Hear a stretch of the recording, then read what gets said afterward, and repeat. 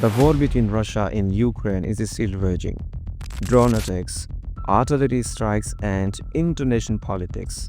Things are escalating fast, but war's really happening on the battlefield and behind closed doors. Let's break it down. Ukraine and Russia have launched their biggest drone attacks against each other since the start of the war. Officials in Moscow say hundreds of Ukrainian drones have targeted the city. Welcome back to a new video.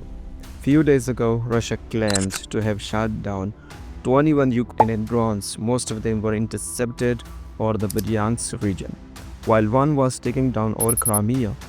On the other side, Ukraine has been hitting back. A Ukrainian drone destroyed a North Korean artillery system being used by Russian forces. So this is the first confirmed strike of its kind. And here is a major twist.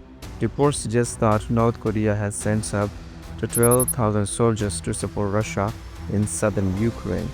If confirmed, this could change the course of the war. But what does this mean for the bigger picture? Meanwhile, tensions are rising between the US and Ukraine. During a heated meeting at the White House, President Trump and President Zelensky reportedly had a sharp exchange on military aid and strategy. The US has been Ukraine's biggest supporter, but could this tension lead to a shift in alliances?